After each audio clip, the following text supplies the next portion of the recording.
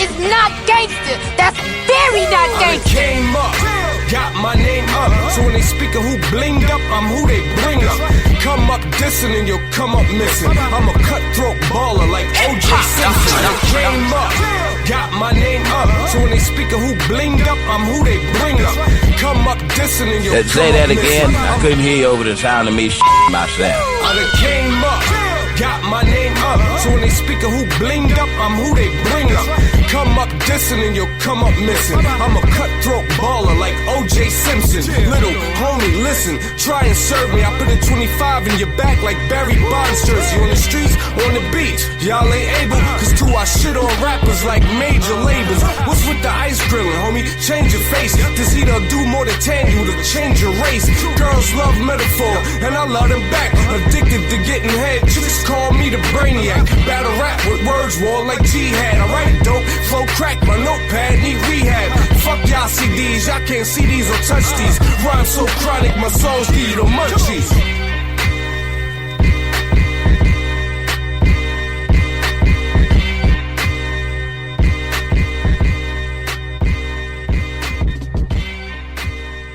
What's going on, everybody? Welcome to another edition of the Def Fresh Show. It is I, Mr. Tone Def. We are back in the building. Immediately to my right, as you can see on cam, for those who are watching us on YouTube, my partner in crime, Mr. Young Fresh. What it do, bruh? I'm not here. I'm the invisible man today. That'll work for me, too. And we are actually joined by a special guest today. We've been trying to get this nigga in the building for at least the last year. We're going to give him a pass because he's like the third hardest working man on this side of Mississippi. COVID has him all over here. He done married into a family of nothing but entrepreneurs. So we got to get cleared from them first before he can go anywhere near us. But we are joined by Lemon Pepper Lou. My guy Lewis. The nigga with the money. Man, the nigga with the money. A.K.A. T-shirt man. A.K.A. Scum Daddy.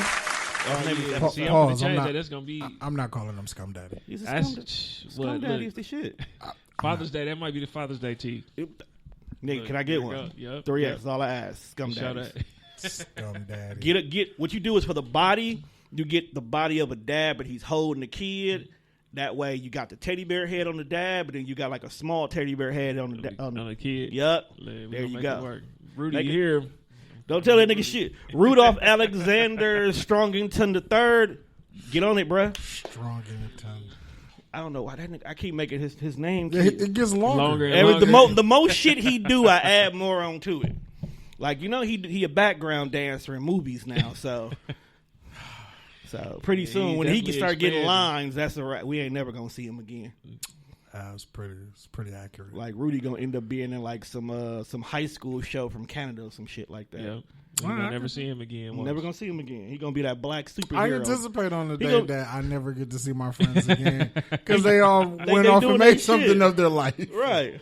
Just don't be that friend that like we supported you, but then like you fucked up your own career. I can't even know. Next thing you know, camera crews in our city. How do you feel about the fact that, you know, Juan strayed down the path? Like, dang, VH1. He was always such a good kid. Oh, man. I can't be on Has-Been television. Has-Been, what? What was the name of that show? It's like the Where Are They Now, but it was something else. I know it was behind the music. They did behind the music. Oh, and it was another one, though. We could do Behind the Pod. Behind the Pod, yeah. Ooh, speaking of Behind the Pods. You know what the first episode gonna be? What would it be? The Joe Budden Podcast. Facts. We let's go ahead and let's just jump out the window. Now, the good thing about this is everybody in this room pods in one shape or form. Right. I don't know, Lou Busy, you still pod? Man, we trying to get that back together now. We talking about coming back and making getting back to the most no every day, but it's tough, man. We got 2 of us here in the city and 2 of us in 2 separate cities, so we trying to everything virtual and it's hard. We coming back though. We got a couple of pods here on TDR that do the same concept. One here, one there, and when I tell you, they struggle. Mm-hmm. It is not even the content; it's just trying to keep that consistent energy like they used to. If you're not in the same room, it's kind of hard. Right. I feel like doing virtual pods is the equivalent to, all right, I'm finna drop my 16 and then I'm gonna send it over. Like the energy just ain't the same when we not in the studio together. No, when somebody in the studio with you, it'll make you rewrite your 16. Right. Man, you see how this nigga right here You know what I'm clowning. saying? Right. He didn't even say nothing, but you saw all that energy. He was with the shits. No. Cut his shit. Cut it. Like, fuck, his shit can't go. Trying to fire niggas already? I mean, they be doing that shit, bro.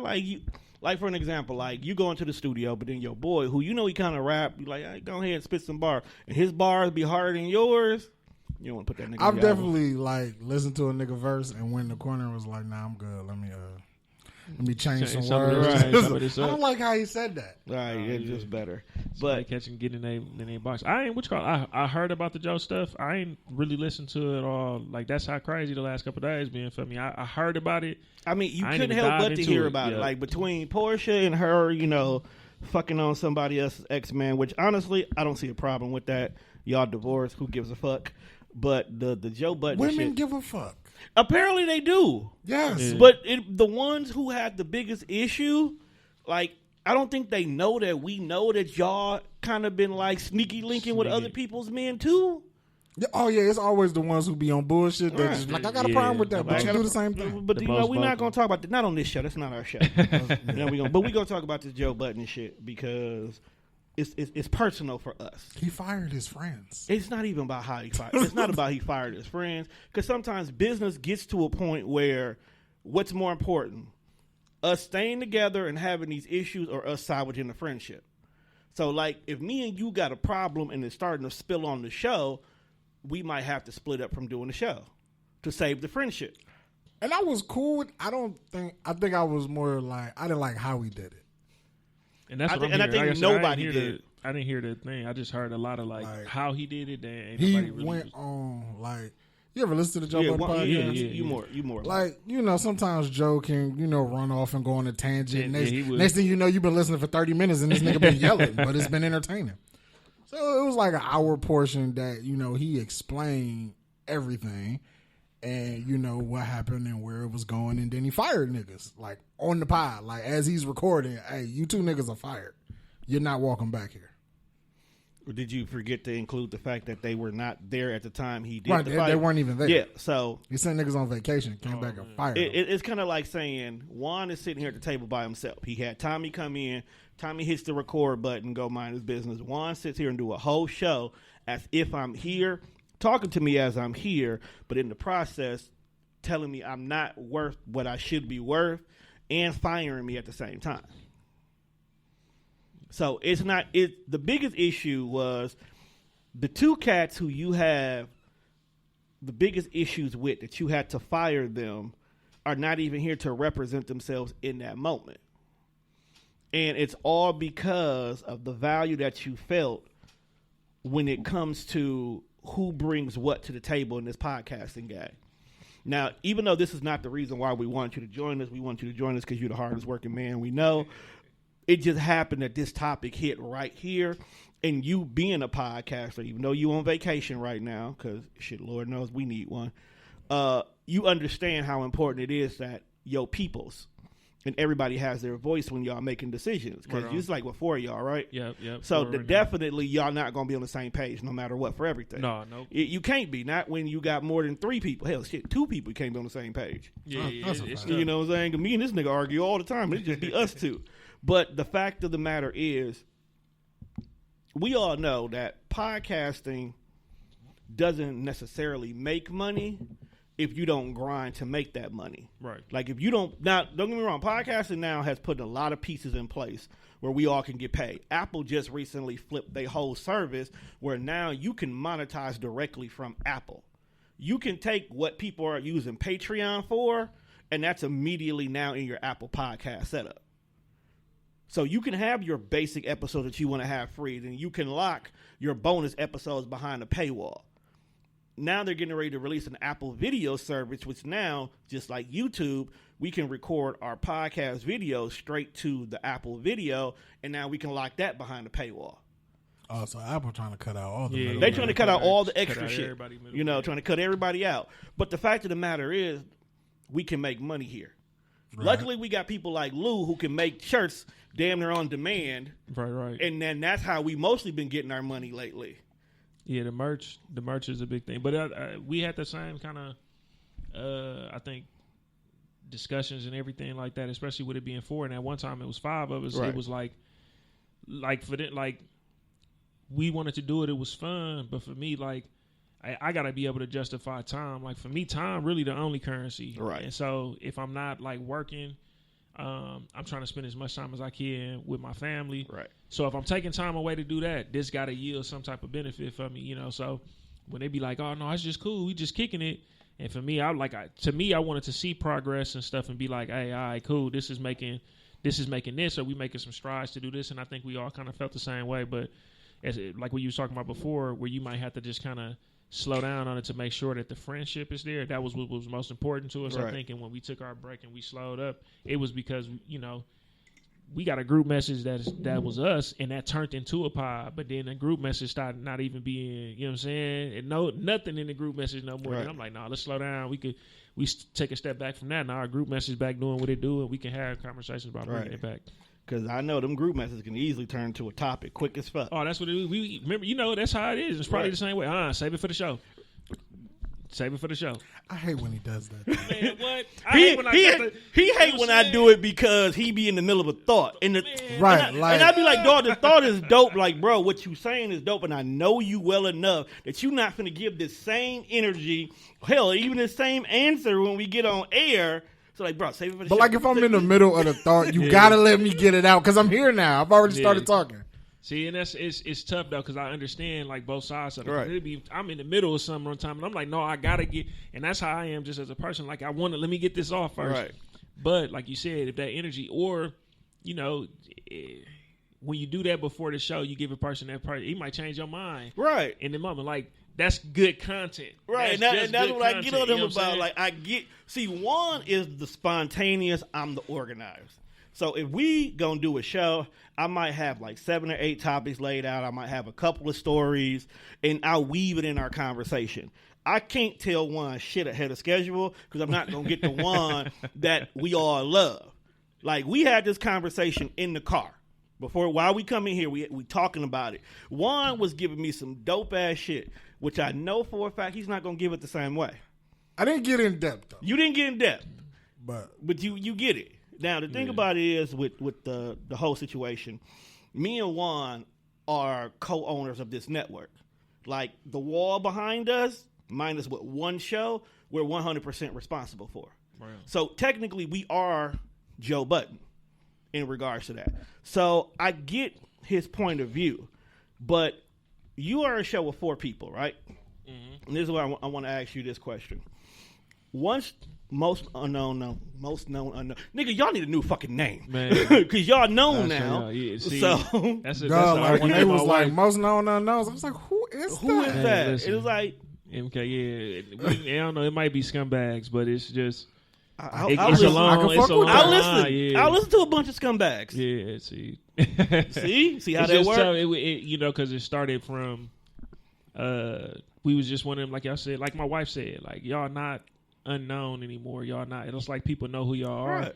But it started from, you know how people just be like, you know, Lewis, and they be like, I don't know. You have to see him by face, and then they'll be like, oh yeah, I know him. It's just, I just like to be out the way. I never like to be in the spotlight or be like popular. And you know what, bruh? First time I met you was actually physically met you was at one of the ugly sweater parties. And I'm like, that nigga stuck up. Oh, see, you know, I get that a lot. But then I think like later on that night, me, you, Tori, Tony, we were just all in a circle chopping it up. It's like, you know what? That's probably one of the coolest niggas ever. I've had that perception about a lot of niggas that do pods. Right. Straight up. It's like, I just like, you know, you see him on Facebook. It's like, Lewis might not be my type key. of nigga. Yeah. Like, it was funny when I was like, who was that nigga? And they was like, oh, that's Lou. Most known. Right, Rachel's husband. Yeah. I know dog now. I'm so happy she not here, man. That used to be such a big thing for us, whether it was Rachel's husband or Lewis's wife. Like, we would be there. But everybody know that. They're like, man, well, that's how I remember. Because it was just, I like to be out the way. She, you know, she liked the attention in the spotlight. I think she was used to that. I just was not. And so I got that from everything, from every job I probably ever worked at. They be like, you stuck up. And I'm like, ain't that I'm stuck up. Like, once I get comfortable and we get to talking, it's probably hard to stop me from talking. But right, you just got that wall of comfortability. If I don't know you enough to share what I have to share, I'm not going to talk to you. Right. Like, I get that. I ain't going to lie. To me, it just always felt like I was socially awkward. So I just be like, you know what? I'm going to just chill. I'm going to sit over here. I'll give me something to drink. I'm going to speak to the people. But I just, it's something like, it used to be feedback for roles and everything, right. taking leadership roles. So I was just like, you know what? One day even in my job, I had to walk around and just literally, like, one of my tasks was like just introducing myself to people and making sure I spoke. So after that, everybody swore like, man, he the coolest person in the world. And I appreciate it. It's something I had to consciously tell myself. All right. Now, speaking of jobs, you did something real major last year that most niggas would never dream of. This nigga quit his job to just do his entrepreneurship 100%. Yeah. Like, bro, how did that feel the day you did it? Man, it was one of the hardest decisions I think I ever made, just because it's like my family and my kids and stuff is probably the most important thing. Right. Well, not even probably. It's just the most important thing to me ever. So being able to provide is like my number one job. So it was difficult because I've been at this job for 11 years in several roles. Shit. Sound like you, huh? Man, look, it was one of them things like I was just burning it from both ends. And my wife would say, like, go ahead and, you should just probably quit. But like you said, we serial entrepreneurs. Or at least she is, So I was like, their whole family's entrepreneurs. Yeah, everybody got something.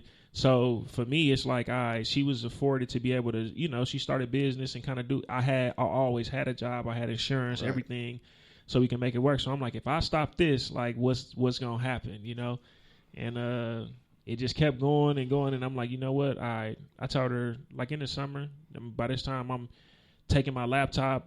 I was, fortunately in a position where I was, I didn't have to be in the building every day. So I was taking it. I'm really in my shop every day, answering emails when I get them and little projects here. But I'm just like, man, I ain't giving my business 100%. I'm not giving this job 100%. You know what I'm saying? So I just had a conversation with her, like, look, do you think, this going, what you think? And she like, yeah, come on, let's do it. And I'm like, all right. I'm going to go ahead. And now I'm going to be 100. I don't know how I was doing both of them at the same time. It's difficult for me to do this just as it is right now because it's how rapidly it grew. Right. And I was nervous just during the pandemic because the most money I was able to making was summertime stuff, and I'm doing family reunions and stuff like that. All that stuff was out the window because COVID. You know what I'm saying?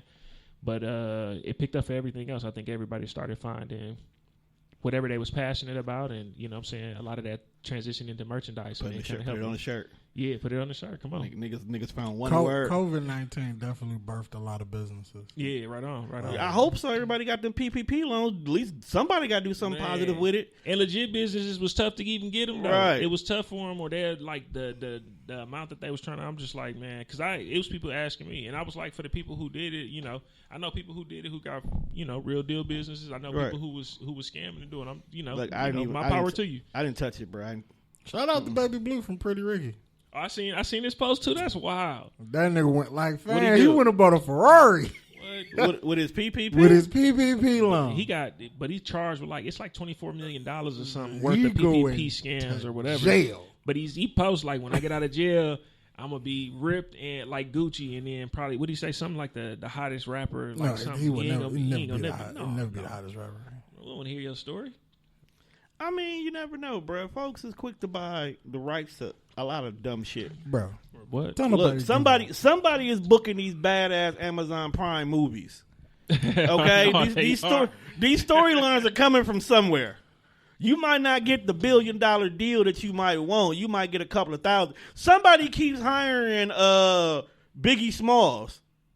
Shout out to my cousin. Shout out to Milky Clothing, because he really rock with him. I know he's talking about. So he got a bunch of his clothes on. Right, like dog. Every time I turn around, this nigga's in some bootleg movies. Like, bro, strive for something better. I get it, nigga. This is your lane. You comfortable, but bro, hey man, I don't want you to be known as the greatest B movie lister ever. The nigga who played Tupac will never get a normal role. He said that too. Speaking of that, I was watching something on YouTube the other day. The nigga who played Franklin Saint, dog almost got the role of Poe in Star Wars. And what happened to that? Could you imagine the nigga playing Franklin being the dude from Star Wars? Yeah, not now. Like they boys, like they like legitimate boys. He was like, yeah, you know, my buddy went there. He went for this. I went for it. I almost got it. And they end up calling him back, and he ended up being Poe. So when his agent said, hey, they got this role about this drug dealer in California, he was like, what? Like, he felt insulted at first, like going from a fucking big budget movie to a drug dealer, but now you are like the dude. Hottest nigga on TV. Hottest It'd be a lot of shit like that. Like, I watched them little YouTube videos, and they'd be like the top 10 actors who could have played like certain superheroes. And I'd be thinking, I'm like, no way in fucking hell I could see Tom Cruise being Iron Man. Nope. But the Mission Impossible movies was like, they was booming. Yeah. Like, now I couldn't see it. Or like Will Smith was supposed to be Neo. Yo, I can't see that. I can't. I actually can. See, Keanu Reeves is Keanu Reeves, and like no matter what movie he in. But yeah, he's the same person in all his shit. Yeah. So I mean, I can see it because if you ever watch like Johnny Mnemonic, it's literally the same role. But it's not like Will Smith turned it down and he did some bullshit. I think he ended up doing Independence Day. Nah, he turned something down. No, he turned Neo down to do Wild West. It was Wild West. Yeah. Oh, he turned it down to do Wild West. I think I remember hearing he was talking about it. He's like, that is his biggest mistake ever in his career. What made Wild West look appealing, like on paper? I gotta know. But no, he said it was the storyline of Matrix that kind of threw him. Just imagine like you what do you say? Something like alive, but you're not really alive, and you sleep and you're in the thing. And he just like, he could. And then his wife ended up being in the his wife ended up being in it. Like, dog, that wife could came out was like, I bet you wish you had this motherfucker. Like, you could have been, and then you think about it, dog. You would have been Neo. Lawrence Fishburne would have been Morpheus. Still, no, he wasn't slated to be. When the original movie came out, when they was planning, they wanted Will Smith to be Neo. And a white dude was going to be Morpheus. I can't remember who the white dude was, but he famous. I want to say it was Heath Ledger. It was one of them famous white boys. It was going to be Morpheus. Nah, I guess that was. That's the tough part. I don't think I could see another Morpheus though. The way he played Morpheus. Yeah, that's him, hands down. The video game was terrible. I'll tell you that. But it was fun though.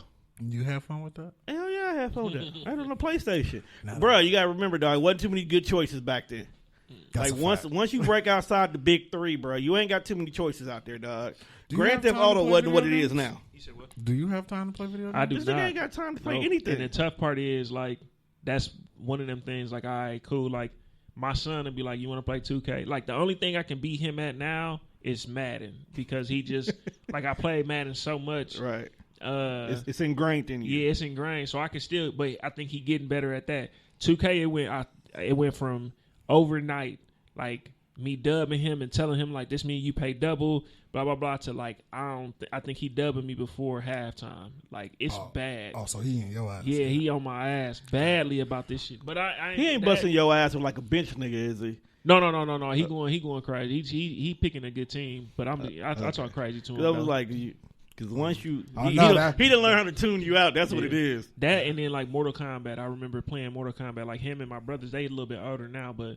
When they was young, like I remember, they didn't even know. Like, whoopsie, I was on their ass, and then that shit drastically changed. Like one day, it was just like, damn, I ain't played this game in a long time. Picked it up, shit didn't feel right. As an older brother, I feel like it is my job to ruin my little brother's life. Yeah, as far as video games go. You know, you got to. Cause he be like, hey, let's play 2K. I'm like, all right, bro, you're going to be down by 30. Before we even get to the halftime. I remember playing with my brother who was closest to me in age. I'm 36. He got to be 32. I'm talking about when we was young. I broke my chair. Duh, if you would have failed. Man, I'm not he off camera. And that is why I'm off camera. He off camera. Hey, yeah. Man, what? I heard it. I was like, oh. We not. Don't edit that out. It slipped. That's staying in. It slipped. The handle slipped. Good. But I remember playing 2K on Dreamcast with him. Oh, that was and that's when the graphics was fancy. And then onside kick was like automatic. Boom. I remember beating him like 99 to like 7 or something. I remember him telling on me like, you know what I'm saying? Like we couldn't play that game for like a week or something just because he was mad. But it was just, that's when I was playing it like nonstop and up and then Xbox. But my son, I let him do his thing, and I be trying to find time to do that, like, because I know that's what he like to do. Right. I might sit up and do a couple of games with him, but then I know I'll be like, all right, I gotta go shoot. All right. So speaking of time, what do you do to find your own personal like me time? Because you can't work all the time, you can't be with the family all the time. How do you find time for yourself, and what do you do for yourself? Oh man, that's a good question. It was difficult because I didn't find like. I don't know if I even knew the value of it really to be like, all right, I need some actual just like Lewis time. Right. I say coming up like my early adulthood, it was I'd be messing with one of my cars, right. And then it literally I could see like I think after we got married, and I think we had our son, that just kind of went on the back burner for a little while, and then it was a time when I got right back into it. But I had this car for like. My son 13. I probably had the car for let's say 10 years. Is that the one you just got rid of? Yep. Yeah. Yep. So, but it was. I mean, I got so many messages like, man, I can't believe you got, because I would work on that car nonstop though. And then I just kind of lost it. I'm like, man, you know what? Let me take care of the family. Let me work. And I sold it. Actually, I sold it on my anniversary. My wife hated the car. I sold it on my anniversary, and the funny thing is, so I had a white one. I sold that white one. I made my wife go take me. She didn't know she was taking me to go buy another one. I bought another one. She was mad. I sold this one on our anniversary, and then I bought another one like a month ago. Because I seen you did the post about it when you sold it. Because like you made it sound like you was putting your dog down. Yeah, no, that was my. I really, like you said, I had a box Chevy. That was my first car that I think I bought myself. Right. I had like 2 box Chevys.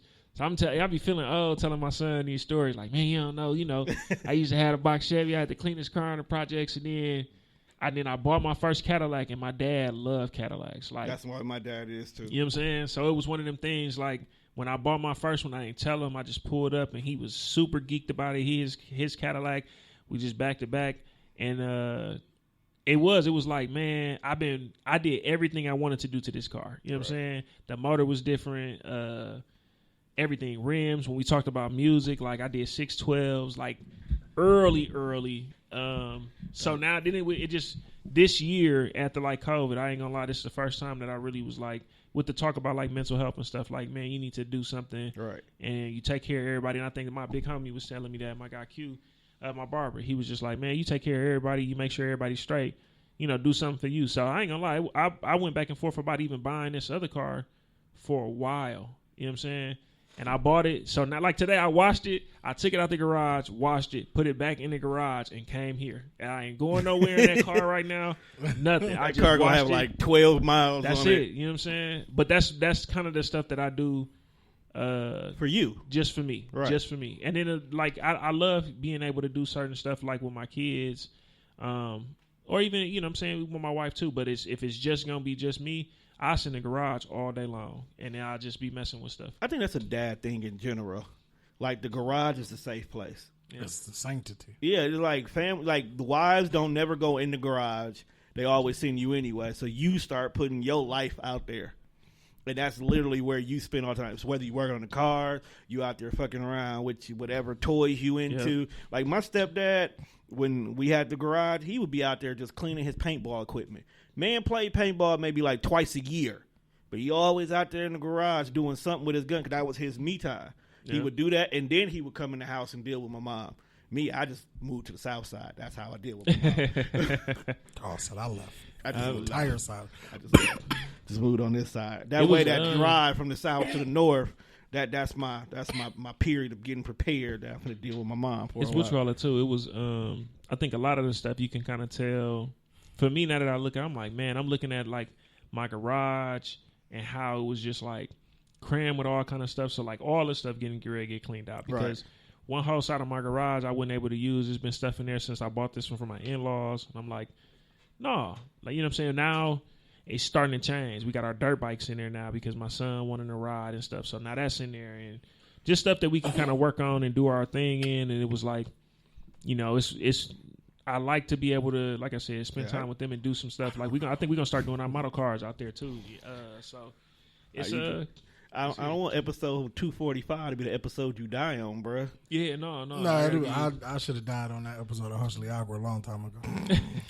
That's when we knew your heart was strong that day. Because you literally choked, laughed, and died for 8 minutes. You know, I Googled that. That's actually possible. You can laugh. You can laugh yourself to death. To death? Yeah. Yes. What? It's too because your heart got too much pressure on it. Because when you laughing, you're not getting enough oxygen during that. Believe it or not. Exactly why you could die. Yep. Having a good fucking time. Having a good time. Laughing too But goddamn. I don't know. Is that the way to go? Nah. Either that or fucking. I was gonna say that. Fucking I was gonna number say one. that's gotta be number one. Right. That's gotta be number one. You bust that nut and your heart go out simultaneously. It was a great day. Oh yeah, I'm out the way then. Good. That's how my dad went out, fam. They won't admit it, but that's how My he went out. granddad definitely died like that. He died. Man. He died in some pussy. My dad went out. He had some good. Him and his. I don't even know if that's a side chick or his new girlfriend. The paperwork wasn't dry yet, but they was fucking over by her house, and he was in the bathroom, and nigga died. Oh, he got done. It was Just like got done. the guy was like, "All right, folks, I see you. I see. Time to come on." Oh God, man. Like, no, you finna make another bad decision right here, so I'm gonna go ahead and take you about this, bruh. No man. Yeah, but I was trying to explain that to Don before we cut the mics on. Like, just everybody got their thing. Yeah. Because he called me a shoe whore. Oh no. But I feel like that's my thing. Like, Yeah. I like shoes, and I look at it like my mom. Like, I wasn't broke as a child, Right. but I had the kind of parent that was like, you get the necessities. Like, Yeah, if you get a new you pair need of it, shoes, yeah. it's because you need it. All right. So, when you start working and accumulating your own money, ain't nobody gonna tell me what the fuck nope. to do with my money. Nope. So I'm gonna go fucking crazy. You know what? That brings a point. I'm gonna ask Lou this since he a dad. So last month, Chad, was it Chad?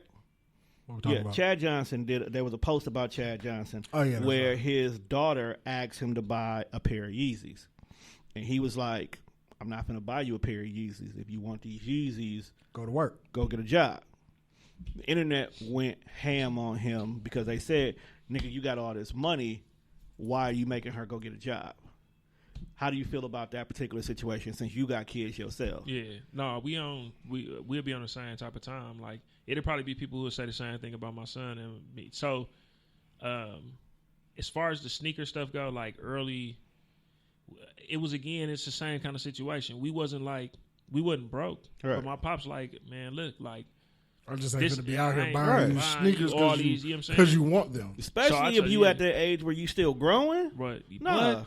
No, my No. son's still growing, so like he trying to finesse now to get in my shoes, but That's different though. You bought them for Yeah. you, then you hand them Y'all down. wear the same- Different story. Y'all wear the What? same size? no, so Nah. this is he getting He there. getting but, you there. know, like Yeezys run small, so what he on now is like my son he close to like a 10. I wear a 12. My son about to be 14. You know what I'm saying? Right. But he like, He gonna be in your my shoes. next shoes, Yeah. you should probably even get like a 10.5, 11 because my feet. And I'm like, no, because Yeezys run small, and I got mine in a 12, and they was probably a little small for me. So these other ones probably sitting. He like, he trying to etch his way into those. But I'm like, man, but like my wife a sneakerhead. This is much worse than me. My situation was similar to yours, which was I didn't have it right away when I was growing up. Right. Once I started getting my own money, didn't know. Nobody can tell me. Right, I'm none going of to that. buy whatever I want to buy. I want to buy. No matter what it costs. I was petty. Listen, my dad wouldn't give me right away, so then it was like, okay, I'm gonna buy whatever shoes I want because he didn't. My mom, she was I simple. think everybody's doing that with Jordan. I think that's why Jordans are so hot right Yeah. now because when we were growing up, we I couldn't get them. I couldn't get 'em. We couldn't get them. I couldn't get them. So now I got them grown and I got my own money. Whenever they come out, I Like, want it. swear to God, I could not tell you what other shoes Nike makes besides Jordans and Air Max In the Air Force. Yep. and Forces. Yep.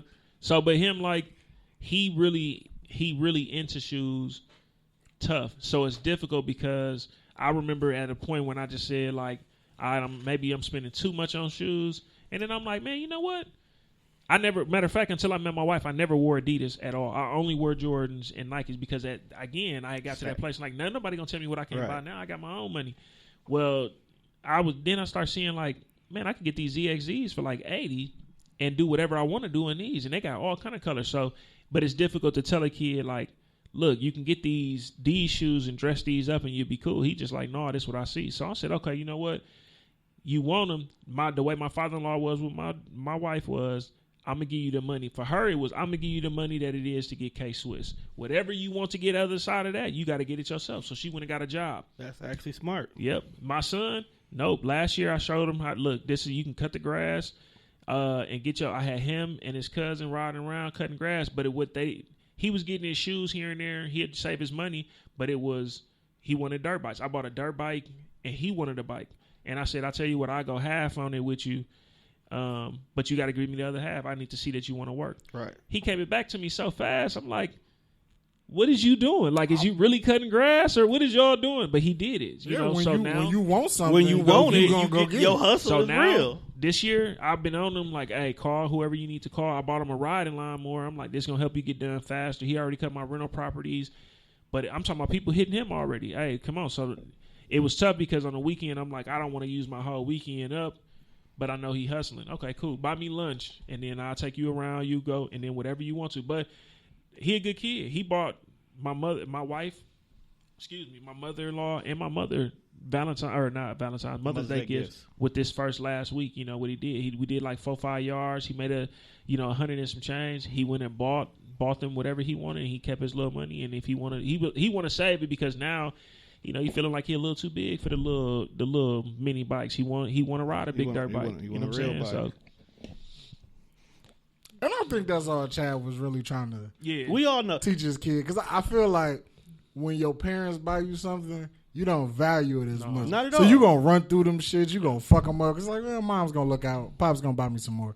But when you gotta go get that shit out the mud, you look at things a little different. Because it's like, I had to buy that. And I had to work. And I think a lot of people who had a problem with that are either A, people who are still in that poor mentality, or B, the other end of the spectrum who can get whatever they want whenever they want from their parents. Like, you don't care about how well your shoes are because daddy's just going to buy you another pair anyway. Yeah. Or, your mom's because, and I hate to say this, you get them single moms who raise their sons like that's their man. And they get their kid every single thing they ever want. Like, yes, he's a handsome little 2-year-old, but why is he dressed like a local drug dealer? Yeah. Because they be living through their fucking kids. They retards. You see them two out there? They look rough. You want to know why they look rough? Because I let them be fucking kids. Yeah, they kids. I don't like, I can't do it. Like, my wife, even though she loves sneakers or whatever, she was always like, it wasn't like super expensive stuff, and I just can't. I could never get into it. I only get dressed because I know she like the rest of that stuff. What? I'm silky. I'll be silkies all year long. You know what, bro? The pandemic has turned me into a sweatsuit nigga. What? You not wrong. I swear to if I can go to work in jogging pants, nigga, when I worked at Walmart, I did. Bro, my classic closet is like every color in sweatpants now, bro. Yeah, bro. If I could just work like, in jogging pants. I put jeans on the date. I bought these jeans 6 months ago. They still had the sticker on it. Jeans are uncomfortable. They are. Well, you don't have to wear them. You gotta wear them, dog. Like, this is the most restrictive pair of clothing ever. Man, I just was trying to. I be trying. I'm like, man, it's just. Even when I was working still, and it happened in the pandemic, and we all working from home and we virtual. I just want a clean shirt on. I don't even really care. That's all you really mattered anyway. That's all the camera seen anyway. Yep. I wish I could work from home, but you do it. Unfortunately, you can't cut deli meat from the crib. No, you can't. I would question where that meat came from. What?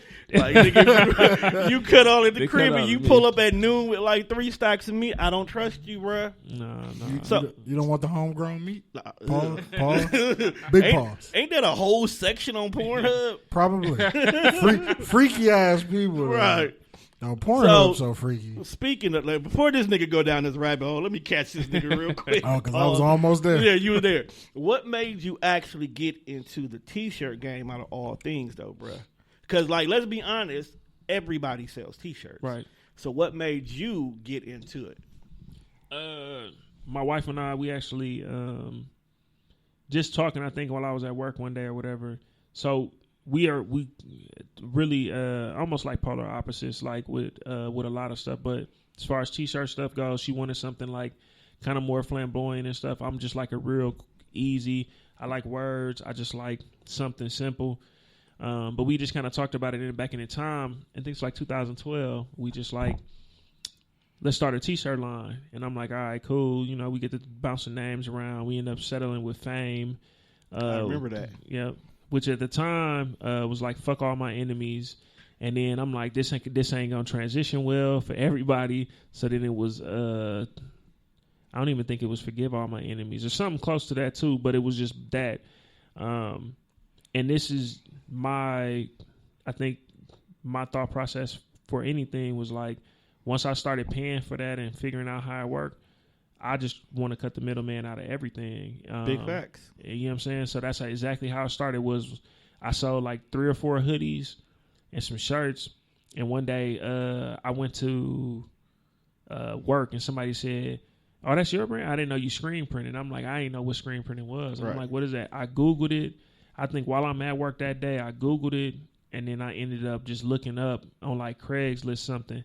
And somebody had like a 4-color press in Chicago. And I'm like, you know, if you take X amount for it, you know, I'll come get it right now. He said like, all right, cool. I logged off my phone and went and got it. And I ain't understand nothing about the science behind it or none of it. So it was just, I knew what I wanted to print. And man, the stuff back then was so, you know, so crazy. But it little stuff like I like to be a part of like creation. Excuse me. The stuff that was valid for me was them original shirts that I did before any press or anything. I used to have to cut out like a stencil. Oh, had to cut out each individual letter. Everything. And I would put it on and do it. So it'd be like 4 shirts. And for them, they'd be like, all right, cool. Like these all shirts look the same. For me, I knew like each one of them was different. Maybe I had to cut this out a little different. I had to do. It was just interesting to me. And then I was tired of paying people to do it for me. And I never intended on printing for other people. It just ended up being people would be like, hey, can you do this? So listen, for everybody who you know what I'm saying, was shopping with me when I messed up everything, you know what I'm saying, and showed me love when I was really getting it together, man, I appreciate y'all because I just messed up. I ran through. That one shirt with the crooked E, that's the one that's going to be worth like $100,000. I feel you know what I'm saying? That's... So the crooked E. I'm telling you, bro, that's that. You know that irregularity is what people be buying. I got a whole line. I'm finna drop this irregular to be 100. I was just in the shop working and doing too much and cut all the scumbag. It says Scummy Bears. Every one of them was backwards. So I just didn't use it. And I'm like, man, it's too much vinyl. Like, you know what I'm saying? Right. It's too much vinyl that I messed off on this. So then I threw it on the shirt a couple times where I put one regular, one backwards, one regular, one backwards because I had cut it wrong. And people ain't know. They just was like, all right, cool. I just sold one today. So I'm getting ready to just like, you know what? Did you put that on Facebook? I don't think I saw that. Nope, I didn't. Nope. I didn't do it. I just wore it one day and then somebody just hit me and said, hey, so-and-so want, like I got somebody who want a shirt. Do you have this color? And it was the color that I messed up on. So I said, you know what? All right, cool. I just smacked it on there. I added the ones the right direction. And I was like, let's see how it go. And people like, if you didn't tell me that this was the wrong way, I just made it look like it. They just they just made it. They think that's the way you trying something new. Yeah. And that's the cool thing about like content creation or just creation. Period. You can try new shit if it sticks, fine. You never know. 2-3 months later, somebody wants just that uniqueness of it. You know what I'm saying? Yeah. This one, I mean, it's like even with like the content creation, I'll be like honest. Everything for like Fame, was majority of that was all my wife's creation, and it had traction. It was cool. Scumbags was something that we talked about on our podcast, and it was just a play on words to say like Scummy Bears instead of Gummy Bears, or you know, Scummertime vibes instead of Summertime vibes. And that's the first thing I actually pushed, that it was just like me and like us playing around with, and it stuck. Hey, so I got an idea. Only need 2 shirts made. One for me, one for him. Yeah. It says definitely Scummy, but it's the scene. You know where I'm going with this one. I do not know, but I'm interested now. I'm interested so too. you know where you know the Summertime video, right? Yeah. When them niggas are sitting on the car and the car is rolling. Yeah. I need 2 Scummy Bears like that. And you it's got to Rudy, say, you hear him? You got to say definitely Scummy, and Definitely only Scummy. me and this nigga can have it. No, I'm with it. I'm with it for sure. I need that for Atlanta. That's why you think I'm asking for it. See, we got which color? I gotta see. I'm gonna get on Rudy because what color you Rudy want it in? One? Like, I don't know. I got a lot of pair of shoes. I got that's what figure he that said. out. The shoes is thing, so he got it. Do you know that's the hardest part about that has been the only thing on my mind about this whole trip. you're like, what shoes? It's like, what take? shoes What am I shoes gonna to take? wear? I always take more shoes than I need. So since we here, let me tell you about this. This deal I thought I was getting myself to. So I'm going to Puerto Rico in June, right? That is true. But I didn't want to take my $200 shoes to Puerto Rico. Yeah, because you don't want to fuck them up. Because all I wear is vapes now, right? So I don't want to take my vapes to Puerto Rico. What if I leave one there? I'm gonna be pissed off. Yeah, you know what I'm saying. Not even about I mess them up, because But what if I leave one there? Just one Just shoe. one, like I'm packing the bag, the girls is running around, the shoe don't get put in there. I'm going to be pissed because it's going to be my lucky vape at that. I was like, all right, cool. Let me go out here. Let me check the interwebs. Let me see what's out here on Bob's Ross internet to help me out with this, right? So I find this shoe place. They got shoes that look like Vape Max, right? They only $40. I feel like you bought these off Wish. No, they wasn't Wish. Because Wish would have been $5. Wish, but I feel like they came from where. bullshit. So I copped them. Now, they look exactly like the Air Max 95s. So I'm like, cool, I can work with these. Ordered them, I'm pretty geek. I got a black pair, got a white pair, got a reddish pair with the little black trim. I was like, cool. 3 to 4 days with these shoes. If anything happens to them, I'm not going to cry. I still pay less than one pair of vapes. Right on. Bro, I put these shoes on yesterday to try them out. No, it's a no. It's a no. You can't. They don't even fit right. They don't even like. First of all, there's no support in the shoe whatsoever. So I might as well be out here barefooted, dog. Bro, like you going to Puerto Rico, bro? Just buy some flip flops. I'm gonna have some flip flops. What if it rains, bro? I don't want my toes out there in the sogginess, bro. The sogginess with the top. Right, you feel me, bro? It's a bad feeling. That's like wearing wet socks, bro. Your flip flops feel all funny. They squishy and stuff, nah, bro. I gotta have a pair of regular shoes just in case. But I'm mad, dog. So now these are my grass cutting shoes. See, you're not wrong. You did some purpose. I gotta go find some grass to cut though now, because I just gotta have some value for these shoes. I'm gonna cut the heel out of them and make them house shoes. They ain't got no support to them, dog. The air bubble ain't real. So so pretty much gonna be walking around like my neighbor. Basically, bruh. But my neighbor's a crackhead. Look, bruh. Sometimes you gotta look like a crackhead, bruh. I was like, bro, why are you? I guess because I like shoes and it don't matter like what it is. But like, why are you stepping on the heel of this motherfucker, dog? Like, the way he wears shoes and then he ain't got no socks, this shit piss me off. Because he wears shoes like they walk like they normally walk. Like folks don't care about the ridge in the front of their shoes no more. Like when that top part crease, them shoes is done, fam. Yeah, they done. They done. So my son be on me like, why do he know I bought another pair? He just like, yeah, my shoes look better than your shoes. And I'm like, yeah, I only wore mine like 1 or 2 times now. Though. He like, no, you wore them like 5. I said, oh no, I'm talking about the other pair I just bought. I ain't know you bought it anymore. I'm like, yeah, you got some grass, go get you your own. My tough part though, I ain't gonna lie, like even growing up was, with the shoes, and my wife hated it. I ain't gonna even say growing up, even as an adult, especially if they J's or something. Like if we was sitting in here and I put some J's on, like, yeah, I'm gonna come, it's that fresh, I'm coming. And then y'all was like, we finna go hoop after this. I would just go hoop in the shoes I had on. And she'd be like, why did you do that? I feel her on that. Why did you do that? You supposed to keep your hooping shoes in the car at all time, bro, so you can make that swap out. I feel her. Like, I don't know what dawns you as a sneakerhead, but like I be trying to get my little brother to understand. Right. He don't value nothing yet, bro. Doesn't. You got to remember, your little brother is the person who moms will get me whatever I want anyway. So they don't value what they currently have. We weaning him off that because he does work. Now he works now. Now he's understanding. But like, because I'm the type of nigga like I still keep the shoe inserts. Yeah. So when I take these shoes off, I'm gonna put the shoe insert back in. Then I'm gonna put them over because back in the box, back in the closet. You got the plastic one or the wooden one that you can adjust. No, it's just the one that comes with the shoe. Yeah. But dog, like he kick his shoes off and throw them motherfuckers around the room. He can't find the box. The baby done tore up the motherfucker. I be like, bro, what is you? And it just like I walk in his room, look in his closet, and it instantly pissed me off. Yeah, my son, his be all over the place. But we bought him like the little shelves or whatever for his shoes, so he got his in there. But it's just like the clear one where you pull it down. Oh no, I ain't get that fancy. My cousin, I got a cousin. He got like a whole room both sides. It's so funny because he a little older than me, but his son just coming into adulthood, so he got like 2 walls full of shit. shit though. Like I feel you. with like shoes. You know what I'm saying? Like the good shit. And then it's a mirror right in the middle, like in the room, like if you put them on. Right. And right on top of the mirror is a fucking camera. When I went in, he showed me. It takes a picture of the fit? No. The feet. It's the shoes. It's just the to make shoes sure only. his son ain't taking his shoes, dog. Oh, that's crazy. It's Nah. right in the corner. Nah, because because right on top. my cousin who live in Mississippi, which threw me off because it's Mississippi. You go in his room, bro. He got a whole wall that's got all nothing but plastic bins with his shoes in them. But when you go to pick your shoe, the shoe come down, slide down, and it has the shoe right here. He has the mirror in the middle, but he also has like the Payless shoe store mirror too.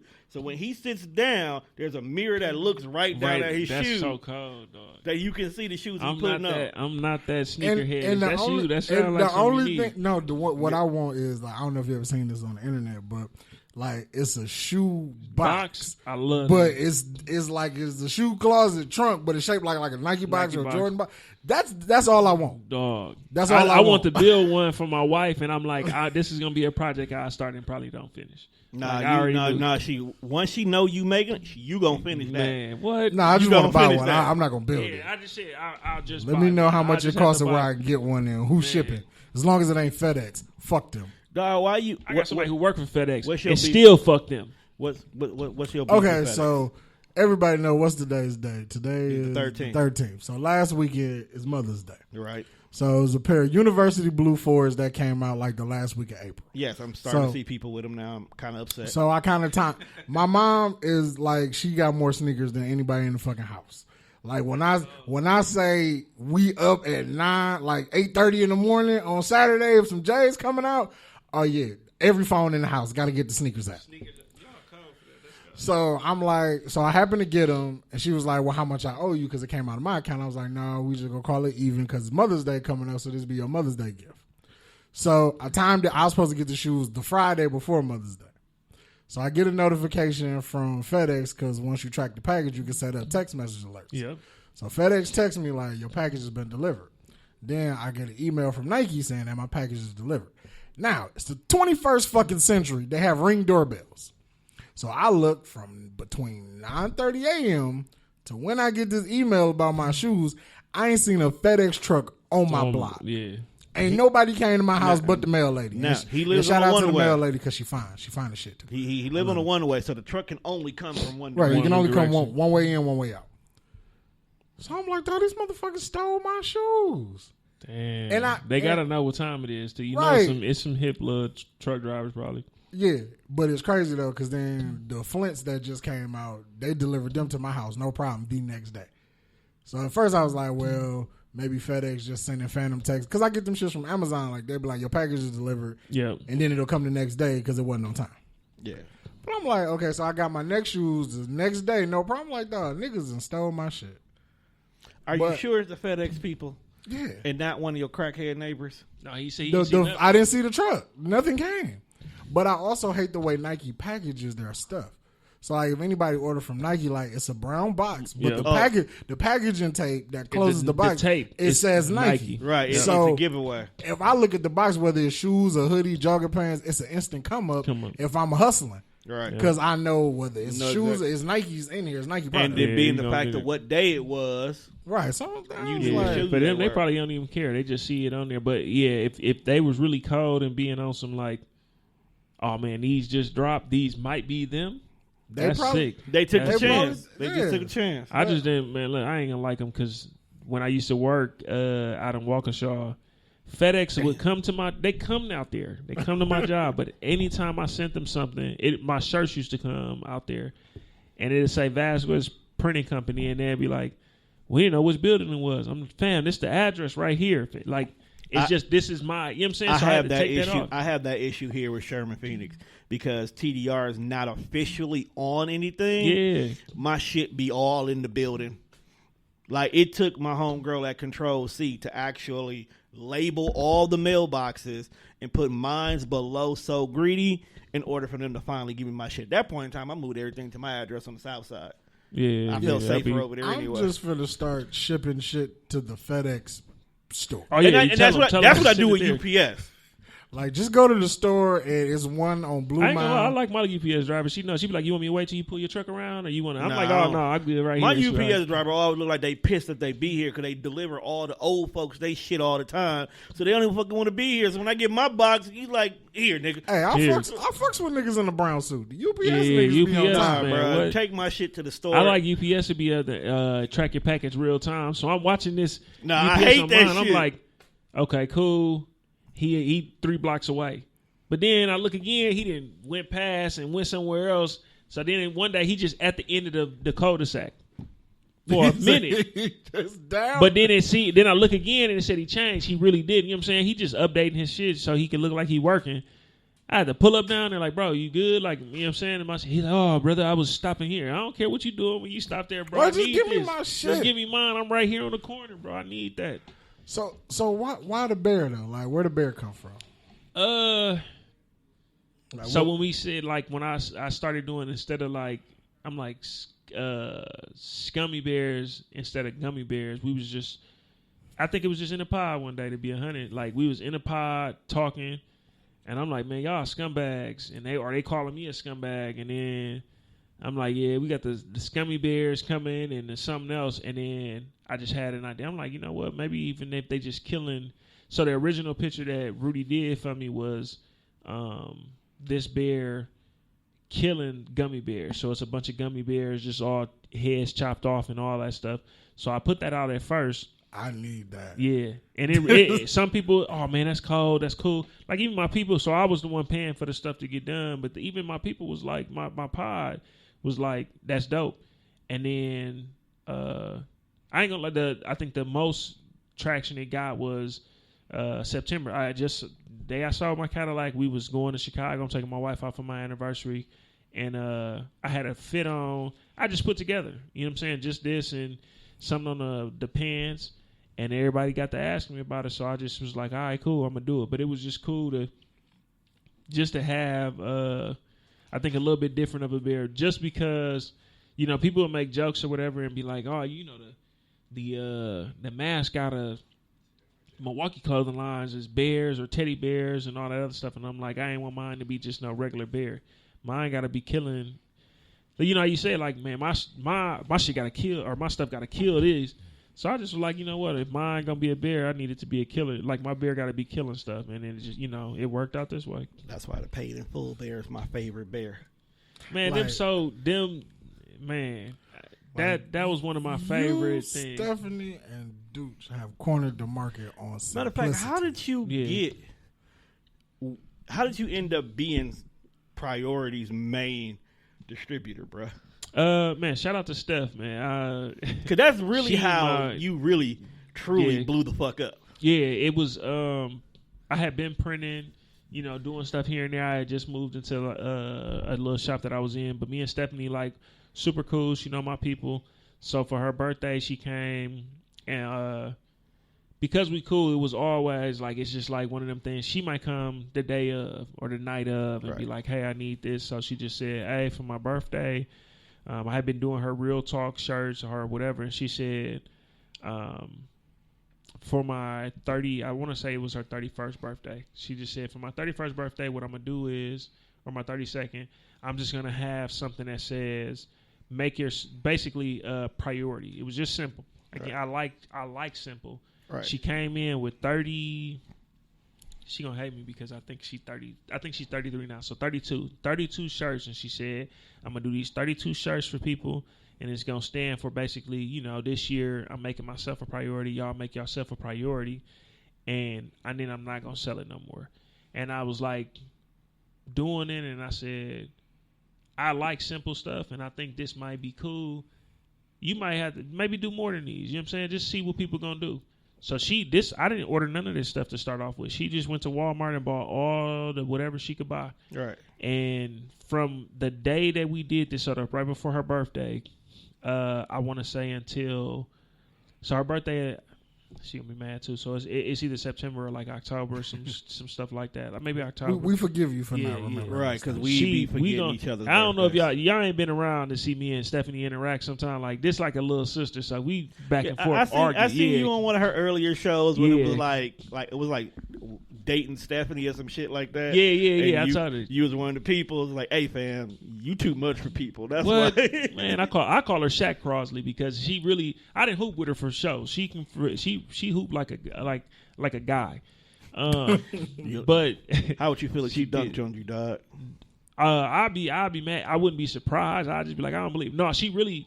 I didn't seen her drop step on somebody and get like the elbow.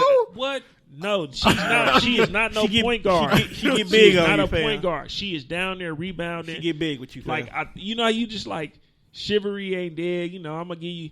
No, about halfway through the game, I'm like, you're like, no, I gotta hold on. Like, no. Like, okay, at the end of Love and Basketball, when it's like play for your heart. What you kind of give her the first two because you that. know, bro, that super competitive. You sweating by like third point, bro. What she on that? But I from that day until let's say October, November. I got my new place November.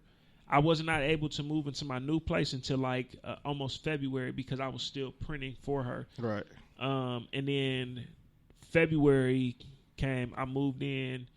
I don't think I really stopped printing where she was at least something in there like every week up until man, I don't know. It was so we talking about a full year, and now let's say 18 months of where no matter what, I knew at the end of the month I was gonna be printing. I mean, at the end of the week, I gotta print something for her. So we set up days where it was like, I'm like, Stephanie, I got other orders. I'll order whatever you need to by Wednesday, and then I'll print them on, Wednesday nights and then Sundays. So we'll get like a day. She'll be in there with me. I show her how to heat press. So now she got a heat press. She do something in the shop. I'm doing shirts for her now. So it was just like nonstop. But I told her, like, I be joking. I'm like, listen, I'm like priority silent partner, but I just knew, when people buy your brand and stuff, it's not just that they buying like this shirt or whatever, they buying you too. And she had already made herself so very visible in right. In, she was in, everywhere when she decided to drop that. Everywhere. So it was always cool to me to see, like, it's been stuff that I printed, my personal stuff. It's probably scumbag stuff now. Like, I'll just be walking past people and be like, oh, man, that's nice. I done had niggas be like, okay, good looking. Like, I was about to ask you, so how do you feel when, like, because I know there was a moment in time where, like, you damn near can go in any city and somebody had on priority. Yep. And you'd be like, dog, I printed that. Like, how does that make you feel when you go to, like, out-of-town events and you see your shit that somebody's wearing it? Like, and they're wearing it like it's a name brand, it's like it's Tommy Hilfiger or something like that. And it's like, it's crazy, man. It's fulfilling because you just like. So for me, I mean, after quitting my job and stuff, I'm like, this is dope. But it was like even so, let's say like Ugly Sweater Party, right? Or like I went somewhere and it was Everyday's anniversary. Every shirt that was in there, damn near, I probably printed. It was 95% of the shirt, so I'm just like, this is dope. You know what I'm saying? Did you do the ugly sweaters for Ducci? Yep. I did the first ones he did. Right. Because I know they did a lot of ugly sweaters at the last party we just had. Yep. Right. So they did the design. They sent it over to me. I printed them, and then I think Dude's got his plotter, and he started cutting his stuff. So then Dude's did a lot of them. You know what I'm saying? And that's one of them things too. I think they just should be like, bro, will you show me? Or if somebody showed me, and the way I'm built, I just ain't never been in a way where I'm like, I like to cut out the middleman. Right. Me and Deuce just had a conversation a long time ago when I started. I just literally would have probably did a few episodes with him and then just recorded myself. But I said, you know what, like, I am super conscious about where I spend my money and who I spend my money with. And I'm okay with this partnership of I'm going to record this. I'm getting my money back from recording anytime I do it because I was printing shirts for them. Right. And then he learned how to print his shirts. It's still cool. We end up doing a collaboration. Like, I'm happy he learned how to do it. He had showed me how to do the thing if I want to. Right. You know what I'm saying? So it's just one of them things. I want to see people win. So it was just cool to be like, all right, cool. Now we all like, Stephanie with Priority is a huge piece of like the money I bring in every month. Right. But I show her how to heat press. Yep. So if she wanted to, everything could be heat press. But that partnership we built, I'm still gonna do some screen printing for her. I'm still gonna do some stuff here and there for Dooch. I got some stuff in the car for him, and we gonna go back and forth. I just like that we can all win together. Right, and that's the one thing I do like about the podcast community. Like, everybody wants to help everybody. Like, me and Mwanje was sitting in here yesterday having some chopping it up because I'm about to work with him in regards to helping, like, high schoolers learn all this audio visual tech stuff. And I was telling him, like, bro, I ain't got no problem showing anybody how to do this, because you learning how to do that is not going to stop what we got going on here. Because there's some people who, like you said, want to cut out the middleman. There's some people who just, I don't want to do none of the work. Well, so I'm always still going to have value no matter how many people I show how to do this. Because I'll teach some of my people how to do it, and they'll be like, you know what? It's too much. I'm just going to come and record with you every Wednesday. How much it costs? Cool. I'll see you next week. That's how. That's the type of nigga I am. How much we paying for this? Oh, cool. I got you. It took me a while to get that. Like, even with house projects, all that stuff, like, it was just like, oh, you building houses? I do it. I had to, we did Habitat for Humanity work. We did everything. He got rental properties and everything. Yeah. That don't mean he built the house. I mean, you got to put some work in there, bro. No. This when original Louis house is got a back brace on like the Amish niggas, all right then. That's different. They hit different. This house that we rent out was built by Habitat for Humanity. I actually helped build the house. Yeah, for Habitat for Humanity, you have to physically get in there and work it, because they feel like if you put in work building this house, you're gonna care about it. You also gonna know how to take care of it, so you're more likely to keep it. So I did that one, a couple of different ones, but it's just, it's one of them things. Like, if you get in there, I like it. It just took me some time though, because I had to be like, I just don't have the time to do like.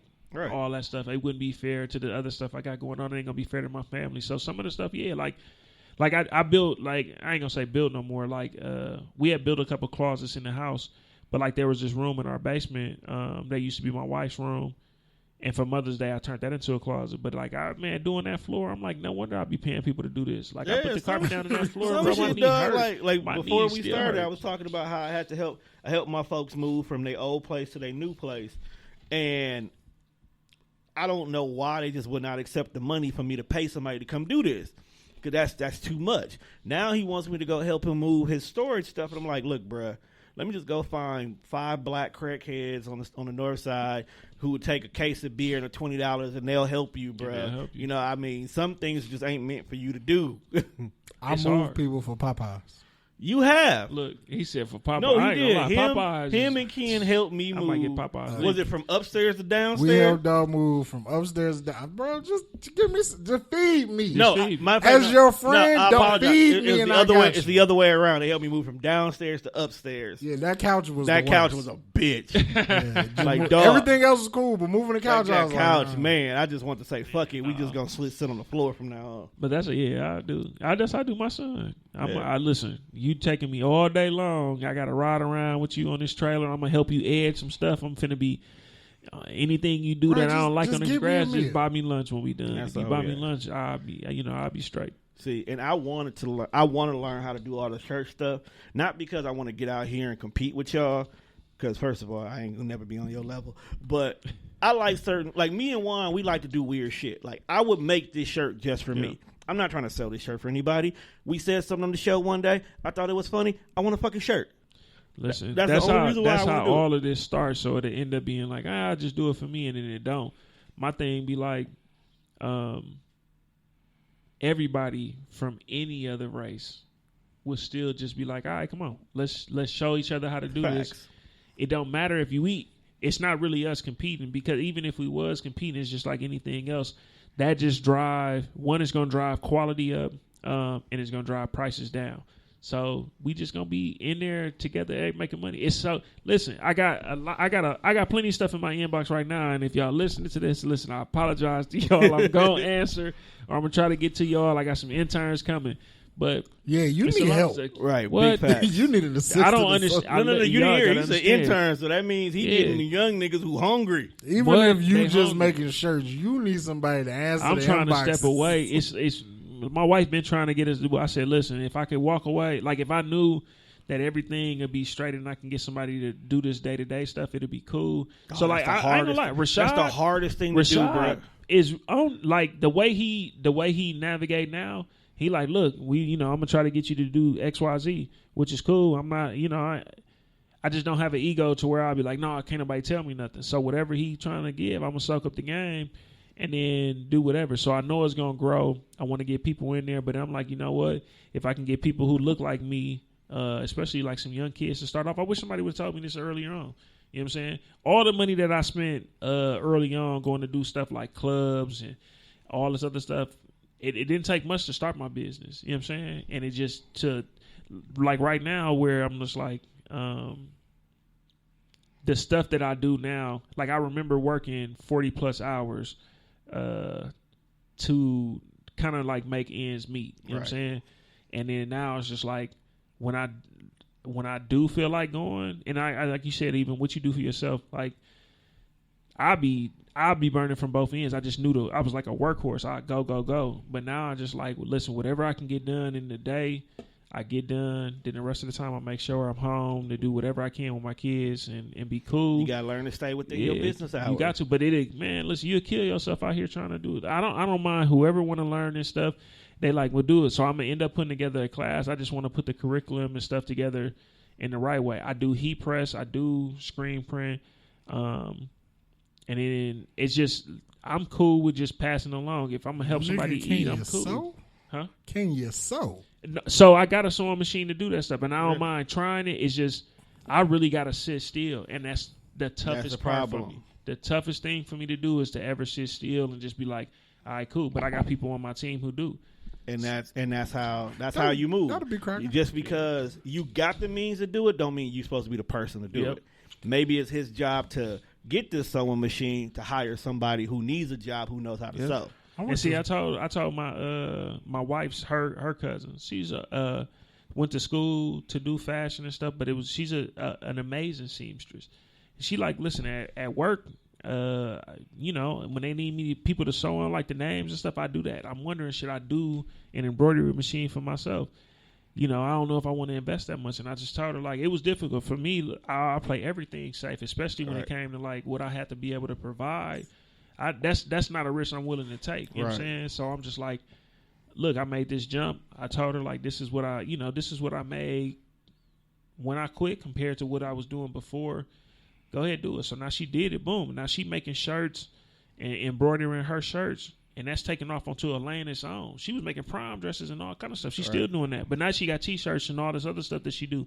So if I'm going to help you motivate, I don't mind motivating people to do the other stuff. If you, especially then I know we built a relationship, I might need somebody to embroider some stuff for me. Yeah, and I know that's who it's going to be. Take this podcast shit and go be a cameraman. That way you too can be recording your own porns. What? Wait a minute. I mean, I did want to do that at one point in time. You like titties, so why not record titties? That's very and get paid to record titties. That's very true. See, as long as I'm not a fluffer. And if anybody who's watching knows the fluffer is, don't apply. I mean, there's a lot of free fluffers out there. You ain't got to pay for nobody to do that. But anyway, if it's a dude. Some niggas is gay for pay, but that's a whole nother conversation. This is definitely Hey, but like, no, for real though. Shout out to Dooch and shout out. Speaking of Dooch, dog, Dooch cornered the market on simplicity like a mug. Dooch is the reason why every day, like the word every day is just. Yep. I want to know how. Hold on, who thought of that? Just like no knock. Like classic is the same way. Every day on the shirt. Every day. It's a simple classic too, bro. Like that, and that's again I've always just been like super simple, classic. So then even when like the everyday scumbag, it didn't hurt that it's like the logo is a Cadillac limo, so it's like follow the Cadillac, and I'm like. I drive Cadillacs. But that's my dog, man. I like it. It's just, I just noticed that. Keep it simple, and then you can keep, because I ain't gonna lie, when I first started, I wanted to do different colors for everybody. Whatever you wanted, I was gonna try to do. I was gonna try to customize everything, make it, but just get you something that you can stick with. That's like your flagship, and then go for it. And every day is probably the biggest. Every day and priority are probably the biggest examples of this. Like. This is gonna work, and it can be simple, it can be nice, and that's gonna work. Wait till I find a word. Yeah. Soon as I find a word, I'm out here. What? Saying, bro, put it on everything. Soon as we find a word, Tone. You do. You just Putting put it them in on there and people see drawers, it. Putting them on What? socks. I seen Stephanie drop drawers, and I'm like, man, Bruh, now almost I got a whole copped thing. them. I got some whole little like. Will there be ether scumbag there. draws? Bro, Yeah, no, there are for sure. So I had this whole thing where I'm like, scummy draws. Yeah, I'm with it. Yeah, listen, because I actually did scum like a scumbag, like a duffel. I remember. I think you was. Did you bring it here when you was on Scale Show? It was the shirts that I had was in there. Yep. So it was because chicks when they go spend the night they say they got their hoe. So bag. you making your scum? Yeah, he was. I need that. Got the scumbag. Yep. So I just wanted to make sure if I can get I can need get everything that. to be 100, then I wanted to do it. But I had found some bags, and I'm just like, all right, cool, let's do it. So You want to get scumbags for the trip? I gotta get a scumbags, bro.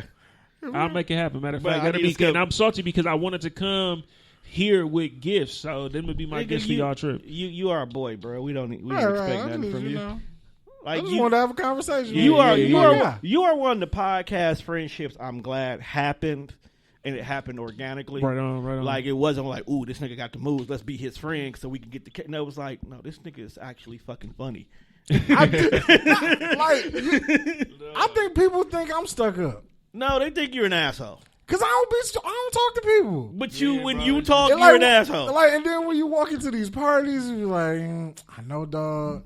Well, like I've seen them around, but like I don't want to walk up and say hi just because I don't know how niggas gonna react. But that's what. And I don't want to be the nigga that just I got my hand down. You be like, what the fuck is you? No, see, and that's what I think that a lot of people, I think we kind of struggle with too. It's just I didn't been in like bike clubs and I guess like car clubs or whatever, and then a lot of the stuff be like politics, and I don't do well with stuff like that. Like I think we all just, what I'm saying, we all just cool. We just people. If you get a bad vibe from a person and you don't jam with them, cool. It's just, but I'm gonna give everybody a try. My only thing is it's difficult for me to just be like, all right, cool, I'm reaching. But once I meet a person, I'm cool. I think I give everybody a chance to just, what I'm saying, be 100. I'm gonna be 100. Like when I be talking about like the stuff with Don, like meeting him at Real Bar Talk. You know what I'm saying? I met Tori through pod stuff. We went to the same high school and stuff. He a little bit older than me, but it's just one of them things. Like if it can happen, if it happens organically, I don't want to never feel like it's no forced stuff. But I feel like you feel like, man, do you want to reach out and because it's people who I know people who like I'm popular in the right. in the pod game. That be my exact thing because like niggas know you. Yeah. I don't want niggas to just. I like it's cool. We all do the same shit and we all gonna be in the same space. Like Yeah, I don't want to be that popular. Just know my company, but I don't give a fuck about. Don't know me. But I will say everybody that I did have a preconceived notion about, like just from meeting them, like when we do all the little parties and shit, everybody's cool. Yeah. Like I thought Tony was a dick. Yeah, Why, Tony? No, I swear to God, I thought Tony was a dick until I met him at like the Red Tony Cup be party. the main nigga that He was ready cool to as show fuck. his love. He Tony- wanted to help me get the little video game tournament stuff. Right, that's the- Tony a real Hey, nigga, man. Shout out to Tony because Tony funny because his woman, he's like, man, I ain't gonna be able to wear no scumbag stuff. I'm gonna be honest. You know what I'm saying? But doing everyday scumbag, he was able to. He was able to sneak it in there. You know what I'm saying? So, but it was all it's cool because you get to meet these people and you just build these relationships. Like when I first started, like let's say like Teezy, I heard about Teezy Talks and I'm just like, man, that's cracking. I know Bam, I know Marquise, so I'm like, damn, all right, cool. Like I end up being in Diamonds wasted talking to her for a long time to where I was like, damn, I feel like I'm talking to you forever. Like, but it was just asking questions about like the pod and stuff, and these people was actually just really, really cool about being like, right, this is what's going on. Like this is this, and you know what I'm saying, we can help you do this. And if you want to branch off and do your own thing, that's cool. But like even partnering with Deuce, I asked her like who you record with and how can I get in. I promise she told me douche, like a female douche.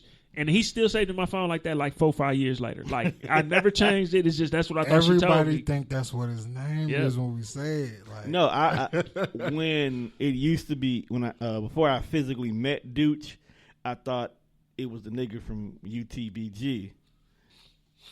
Oh, it was a rapper that kicked it with the name Dooch. Yeah, I thought it was him. I was like, them niggas came on the show one day. I don't like them niggas. Oh, you talking about UTBG like who? Kel, yeah, I fuck yeah. They like them. Man, I grew up with they cool, Kel but and it was Mar. like the day when they did the interview on our show. It was like, I don't have a problem with them. Not my favorite people. That's all I'm gonna say. It's like, I get it. You know what though? To be 100 with you, I get it. For some people, you gotta kind of like know them. But I met them, Mikael and Mar like. Probably I graduated 03, so I'm talking about like 04, 05. So you are. You know what I'm saying? But I know like right now, like I used to have long, like real long braids or whatever. I'm not to their surprised. grandma, if I go to their look like grandma a house, drug that's what everybody said though. And that's what was crazy. But I look like I smoked weed and I don't smoke. I drink. Really? I don't smoke. Like I will indulge, but I don't. But it's not your hobby. No, and the crazy part is like I'll be at work. And they'll be coming over to see because, like, at the job, it used to be like if you could smell it on them, you need 2 people to smell it on them. And then, so they'll come over and I'm like, just ask me. You know what I'm saying? And you can come over here and smell as much as you want to. But I just, first, I don't sleep. So my eyes are always red and my allergies, you know what I'm saying? Right. But it wouldn't. But I knew them since whatever. Like, I go to their mom and their grandma, as old as she'll just still be like, hey, why you cut your hair off? You know what I'm saying? So I mean, I get it though. They're my people though. And yeah, like you said, not my. I get a lot of people who've had you know what I'm saying, similar opinions though. I remember when I first met them, I thought Mac and Mar was 2 people. You thought it was 2 people? Yeah, well, because I I used to be I used to be a rapper. Yeah, and we would go down to you know where Quarters is, right? I do It know what was Quarters a bar on the east side. Yeah. And they would have the open mic nights. Right. And Mac and Mar was always in there. So, like, when they were introduced, I'm like, dog, who are these? Because, like, you know, I'm standing in the back by the door and shit, so I can't really see who's on stage. And they were introduced, Mac and Mar coming to the I was like, I've never seen these two. Like, who are these 2 people? Then I found out, I was like, oh, it's just one person. One person. Yeah, Mac and Mar. Because that's how they was in Mac and Mar. It was instead of Mac and Mar. Yeah. It was weird. Them my people. Like I'm closer in age with Maul, but Mikael, we just ended up linking because both our girlfriends went to Whitewater at the same time. So she just like, hey, can you pick my boyfriend up on the way here? And I'm like, come on. You know what I'm saying? So we arrived, and then all of a sudden it was just like all the time we was around each other, me, him, and everybody who they was with. So I remember the UTBG movement when they had it. They did make some good music. They did. Yeah. I like that bitch. It's still my favorite song. Yeah. That's still a jam. You're a terrible human being. It's a jam. I want to play it at my wedding. And that serves why you're a terrible human being. What? We can't play that at my wedding? No. Why not? Because you're I terrible. feel like I should. You know what? I feel like I should be able to play that. If she lets you get away with it. And then I feel like when I had a cousin. As a matter of fact, they just got their 1 year anniversary, man. So congratulations to y'all. But I remember him at the rehearsal wanting to play Outkast and who all on this song? The UGK one? Yeah, the UGK song. The Players Anthem? Yeah. So she was like, no. I'm not against that, though. I'm not against it because you got to listen to what he's saying, though, and he's saying like I found who I want to be with. Yeah, only if they just playing Andre's verse. If they just playing Andre's verse, but that's it makes a lot of sense. Big Boy went. But Big Boy was like, I should have worn. You can't let it go all the way to the end of that. Right now. I also told whoever I wanted to be married to, my wedding vows, they had to let me rap Lil Wayne, Prostitute. And everybody keeps saying that's such a bad song choice. It's only because of the title. If you probably listen to the lyrics, they probably wouldn't. But the lyrics, I wouldn't care if you look, bro. That's how deep the love is. I wouldn't care if you was a prostitute. You got it. And as you hit every man, that's look. As long as you keep it G with me, we are good. And you're gonna be my best man. You're gonna sing backup. Dog, I'm gonna shake my head. Do the ad libs, man. As a best friend, you signed up for this. I don't think a lot of dudes understand that when you become best friends with somebody, you signed up for a lot of stuff that you might not agree with. I just want you to keep that same energy when I'm calling you at 1:30 in the morning. And I'm saying, get your shoes on. We gotta go hide the body. I just get. I'm with it, bro. People gotta die. When you got the good fellas moments, right? Like, look, just don't tell me what we're doing. No, I won't. Just tell me we're going like a fool run. I was like, I was like, get dressed, come with me. And as long as we stop at a McDonald's. When we get there, I was like, hit that nigga. I'll do the rest. Oh, that's cool, bro. You want me to hit him with the shovel? Whatever you so decide. You gotta be like that with your people, though. You gotta like, pistol whip him. Whatever you gotta hit him with. You gotta do it in the moment, and then y'all can talk about it later on. Right, man, we probably shouldn't have did that, but you can't do it in the moment. No, once it's done, it's done. It's done. You checked out for the night. Yeah, she gone. That's how her sister knocked out on the couch out there. All right, yeah. I'm about to wake her up. It's bedtime. It's bedtime. So with that being said, we'd have had Lou out past his bedtime. Man, I ain't gonna lie, man. Lou he'd probably be printing something if he was home. I'd have shot back down to the shop because I ended up falling asleep before I got up to do the car stuff, and I'm just like, my wife walked away, left her and her mom went to go have like a little drink, and when she came back, I was just up moving around. I'm like, they sick of your shit. They used to you doing this. Yeah, she what? I was like, how is that? Because both of y'all are entrepreneurs, so y'all technically don't have set schedules. No. How do y'all make you almost damn near gotta you gotta kind of put that into work. But she just like, it's tough because I think for her, it's easy to say like I get it. So like, I'm a hustler. You know what I'm saying? Right. And it's a lot of people who are hustlers, and that don't always. I think sometimes it had like a negative meaning, but it's no. I don't do nothing illegal. No, you know what I'm saying? That's when you need to run it up. I think white people. A hustler is a person who always will find a way to get the job done. Get it done. So you know what though? I used to have this, and I play around with this in my mind, like especially when people be like, "Oh, she like him because he got money," or he this, and I'm like, no, maybe she just like him because he a hustler. Maybe because he's a hustler. Your situation is different. Yeah. I mean, on Scale Show, she didn't even give you a second chance. None of that, because at the time, that's the type of hustler I really was, and that did not impress her in the least. You know what I'm saying? And you know, when it's like a challenge, then you just like, oh, this don't impress you, huh? Please change that ringer. You don't like Pokemon? Bro, it's a simple fact that your phone always go. Niggas be in a serious conversation. Gotta catch him up. Like, bro, I don't even know why he's calling. I don't. Nobody got time for. They probably trying to figure out where you at. I don't have any money right now. Do you need to reevaluate your friends if they only call you? No, I'm just saying. No. The person that was. See, this is what happens when like your best friend of like 15 years is like also your weed dealer. Oh, okay. So he probably, because I told him, I'm like, because he lives on like the south side. So I'm like, bro, whenever you on my side of town, just hit me. Give me a courtesy call like when you in the ghetto. So how you gonna get mad at him for giving you the courtesy call? Because I can't answer the call right now because I'm in the middle of a podcast. I mean, technically you could. And technically, I don't want to be like, we're not going to do no drug deals on the air. On the air, I'm just saying, just like, hey, bro, I'll call you back in 15. Bad enough everybody know I got a weed habit. But again, like y'all just recently went on vacation, didn't y'all? Or came back from vacation? Yeah, we did. Well, we did the Arizona thing, and we actually stayed mostly to ourselves or whatever. But yeah, we can ready to go to. I'm gonna take her to Houston. Her birthday is in June, like right around Father's Day. So it's always like I gotta get her something again, and then she gonna give me something. But it's difficult because it's like she'll say like I get it, I understand, but I have like the worst form of tunnel vision. So like it'll be everybody like, man, you ain't really talked to nobody in a minute. What's going on? But if I'm zoned in on something and I got like a goal, I'm gonna go do that. Right. So for us, again, it's one of them things. Like when I tell people and they don't be believing it, like I'm really an introvert. I don't have to see these people when I'm talking on like podcasts and stuff like that. Like if I'm doing this, so it's cool to talk, but I will really just chill.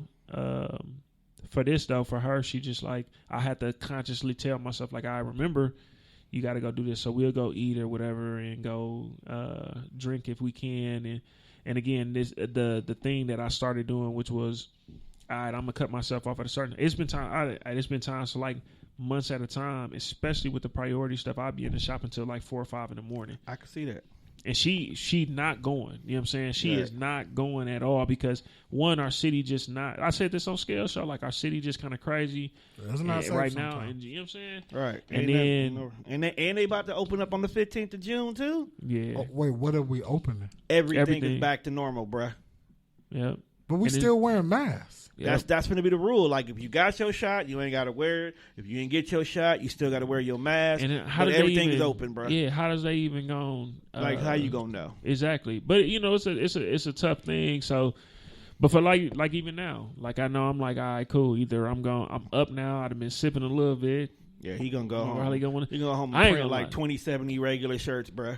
What? I'm gonna probably go to this. I'm like, do I want to go to the shop? Because what I do is if I'm up, let me right there. Let me prep myself for the stuff that I got to do tomorrow, or let me whatever. And then now I know, like, she hate when I go. Like, shout out to Simona and Steve, man, at MKE Nice.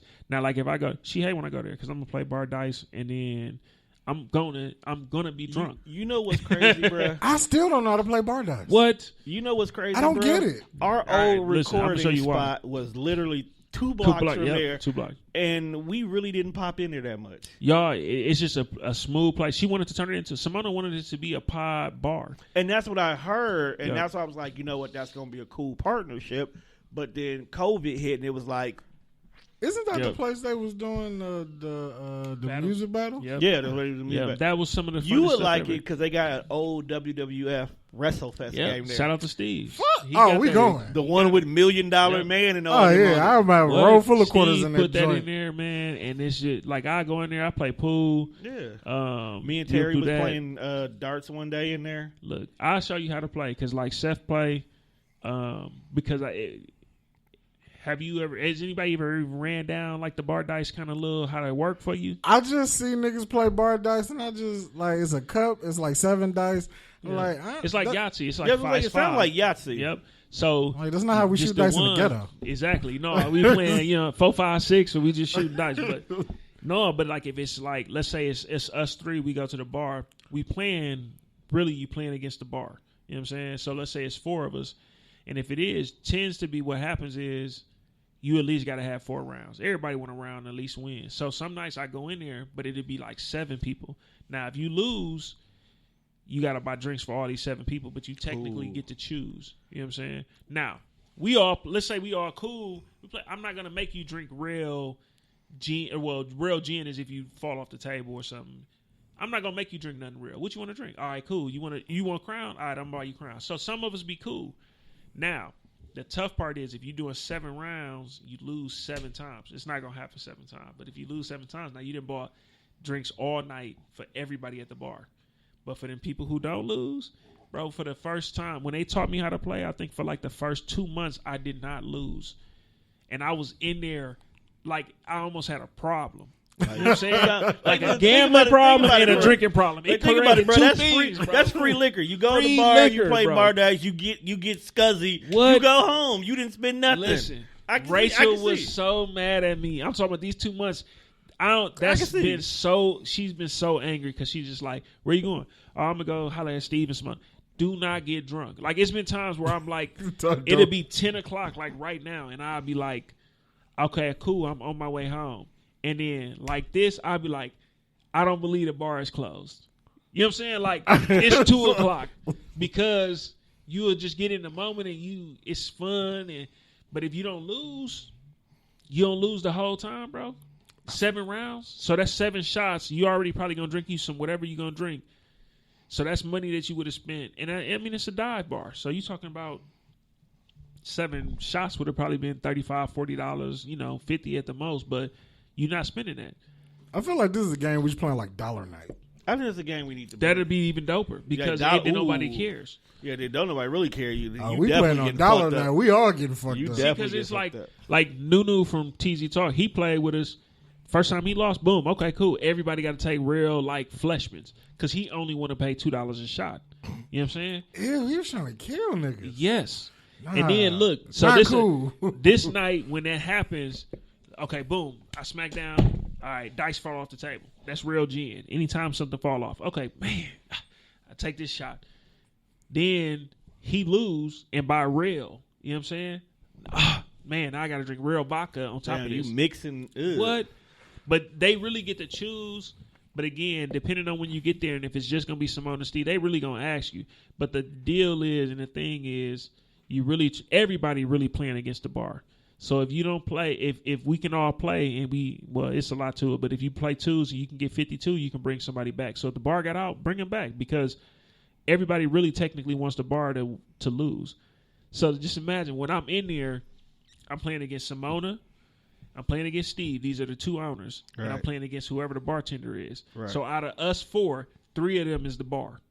I don't care. Listen, I like them odds. Give me what you want to drink. I buy myself 1 drink when I start off, and then the rest of the time I'm going. Now, if I lose, okay, cool. It's still only 4 rounds. I'm going to pay, $40, $50. You know what I'm saying? But you're going to leave. It's going to be a good time. All right. So basically, if you want to get fucked up quick, play bar dice.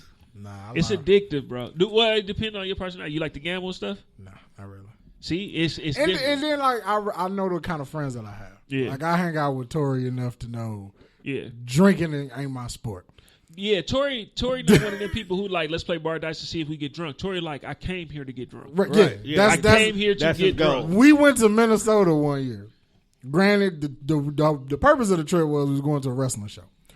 But the wrestling show is on Sunday. We here Friday night. So we got Saturday and Sunday. Right. I mean, we got Friday and Saturday to be on bullshit. And that's when I found out that Minnesota also has a bar called Brothers, like we do. Oh, what? Man, I love Brothers. I have never drank what is lower than bottom shelf liquor? Like Skull. Skull is horrible. Have you ever had like American Eagle? No. Is that whiskey or is that vodka? It's vodka. It's vodka. And that shit because I asked. Absolutely terrible. Because Deuces, Rudy and them, their pod and everything is like 2 doors down from my shop. Right. And they was in there one day and they bought whiskey, but it had like an American Eagle on there, and that's why I asked because they was in there drinking and they was saying it tasted horrible. Doug came to the kickback this weekend with a bottle of Gentleman's Jack. So them niggas either drink super fancy over there or they really scraping barrels. No, I think it was they were trying something. So like I got them. Because I don't drink, like, aside from this, kind of like, I do this whiskey every once in a while. Like, the only time I drink whiskey is on the other side of the building, on the same floor that we own. The guy who work on my bikes, they drink bourbon and stuff. Yeah. That stuff. That's. Oh, you don't fuck with bourbon? I drink it bourbon with them, but it'll get you drunk. Like, I've not been drunk like that in a while. Like, that's every that time, shit. though.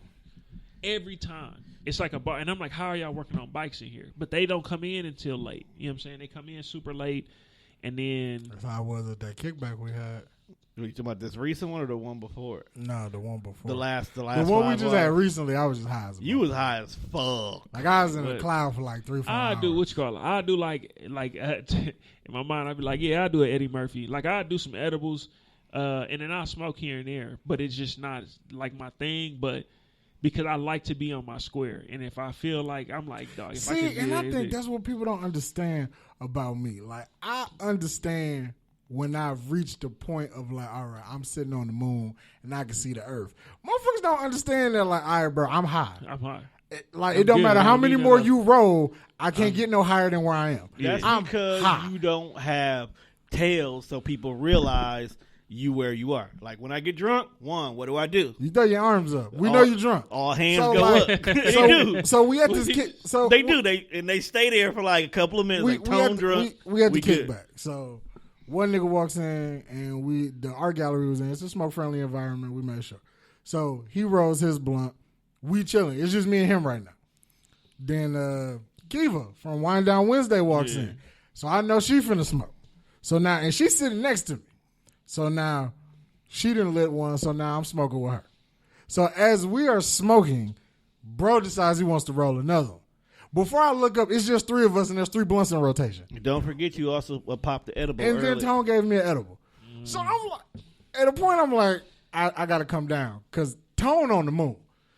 Yeah. So somebody got to be focused to see what the fuck going on. See, I don't like to not be like if I knew. I don't like to be not on my screen. Like if I was at home. No. Okay, in my defense, Tone is always focused. Right. The kickbacks are the only time I am able to just be fucking me.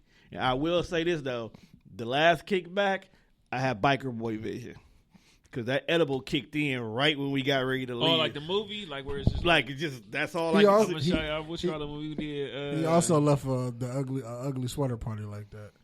Arizona, It look. was a Halloween party. The This year was you dressed like. Arizona, so I'm done. I'm trying to remember. It took me all the time to remember what is it like.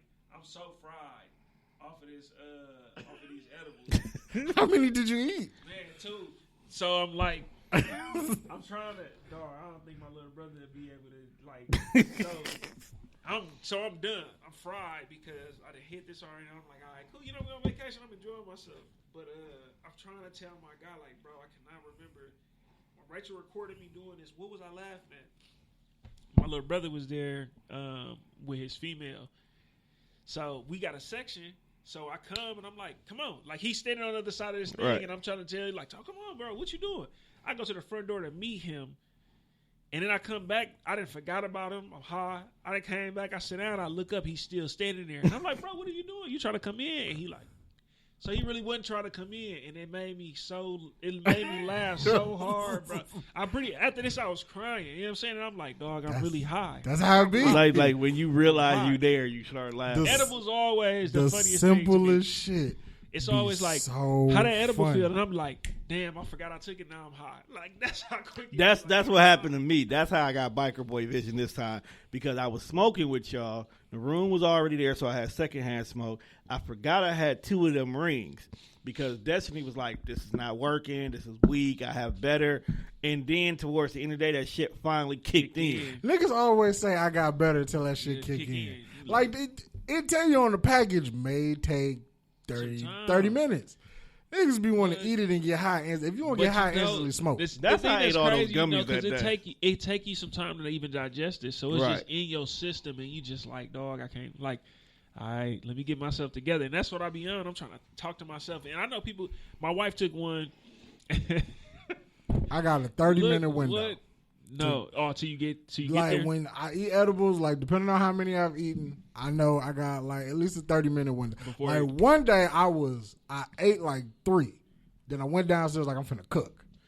Soon as I got done cooking, like them motherfuckers, and I couldn't make it back upstairs. Man, what? Like I was like, oh, I don't know how There I'm are gonna there are episodes of the Death Fresh show. I mean, not the Death Fresh show. Socially Awkward. If you go back and you listen, you can tell when we started the show and the moment we got hot. You can tell when the edible kicked in. Yeah, the moment the edible kicked like in. you can tell when it kicked You in. can tell I the moment remember it kicked in. My wife took like a half, and I'm trying. I never remember what I was doing for her to call me, but I was far, and she just like, "Come, we at Skybox. I need you to come." And I'm like, "I said I was on my way." Blah blah blah. She like, "No, like come now." So I'm like, "All right, cool. Like, you know what? Cool." We go. I get her a drink, and she like, She wasn't I gonna need make to it. talk to you. And I'm like, what you do? What the fuck? I just got here. You know what I'm saying? So now I'm panning the whole restaurant, Like, the whole see who bar. I'm there. like, who here? Who said something to you? And we step outside, and she's like, I'm like, what's going on? And she just like, we got to go. I'm like, I don't like this. I'm high. And I'm like, oh, that's it? That's it? Come on, let's that's go. all. Like, come on, you would. Let me. I'll take my food to go. We'll walk and, it out. You know what I'm saying? Let's go. But she the- hates it. But for me, like if I take it and I know, I just be conscious, like, all right, this gonna kick in, because some people can't have that like I had to have that conversation with myself, like, bro, you feeling this way because you took an edible, and it's going to wear off. It might take a little while, but it's gonna wear off. So. You ever had one of them Mook edibles? Yeah, Mook give you, you know what I'm saying? Mook Bruh. give you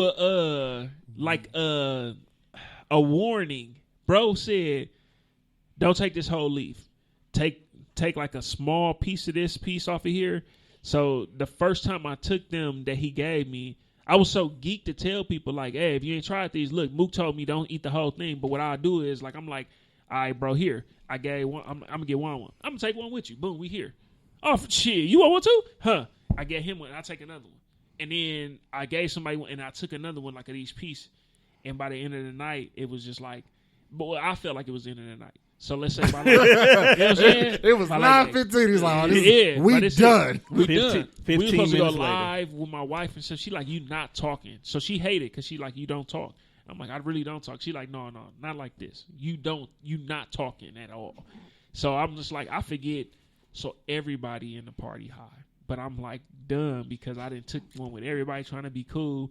I got like this party. I think it's like 3 people left their cars at my house and like went home and came pick their cars up like the next couple of days because everybody was high. So I'm like, Mook, you a fool, bro. Like, yeah, he walked in one of their first Fridays. Yeah, bro walked in. He just like TZ's 100th episode. I think that's what it was. When we were in Truth Lounge, and Mook is the epitome of friends don't let friends trip alone. Yeah. He's like, oh, I'm high. Everybody be high. That motherfucker just passing them out like this. Party favors. You know, Real. Yeah. Real, he in Chicago. Oh, now, but he be growing his own shit. I'll be seeing him on Facebook. Yeah, so bro came, we popped up. I did some shirts for him. He gave me a lemonade, and it was infused. Yeah, but his warning was like worse than Mook. Like Mook had a real conversation with me, just like, bro, like for real, only take this much. If you take too much of this shit, you gonna like it's not gonna be good. You gonna be. Bro just said, like, I'm going to give you this lemonade, bro. He said, bro, like, I smoke and I do this shit. I can only take this much. He's showing me on this lemonade. Only do this much. He said, bro, I'm just being for real with you, G. Like, just this much. It scared me so much, I ain't going to lie. That I took, like, a couple sips of it. I'm going to go to sleep off this kind of high, and I'm straight. That's setting my refrigerator for a long time. I had to throw it away because my kids was asking me like, "Can I drink this lemonade?" Like, no, that is not, bro. That is not melatonin. He had them too. It's not melatonin. It's not the kind of sleep. Does he still have any of this lemonade? Right. I don't know. I'm gonna ask him. I need some. I ain't chopped it up. It was following one of the first Fridays though. You know what I'm saying? We was chopping it up. It was following one of them. Dangerous when it's the first Friday. Man, what first Friday get you? Oh man! Then at the Halloween, I feel like anywhere there's Mook, there's just a chance to just be on some bullshit. Man, Halloween party. Hey, I feel like he just walk up and say you high. I don't even know if that's the conversation, but if it ain't, he just hand you edibles. Yeah. You just want to make sure you got a good time, just like this episode here. So we've come to the end of this particular episode because I got to get these girls home. One sleep on the couch, the other one looking at me like, nigga, why am I still out? Yeah, my son calling me because he called me to say his son calling, one weed man calling him. So that means we got a little bit too late. We want to thank Lou for coming in with us. This has actually been a pretty dope episode. Appreciate y'all. You're more than welcome to always come back. Shit, you ain't even got to call us. Just be here Thursday at 8:30. Like real talk. But make sure you check us out on all streaming platforms: Spreaker, Spotify, iHeartRadio, wherever else you listen to your podcast. Make sure you check the live on YouTube every Wednesday at noon.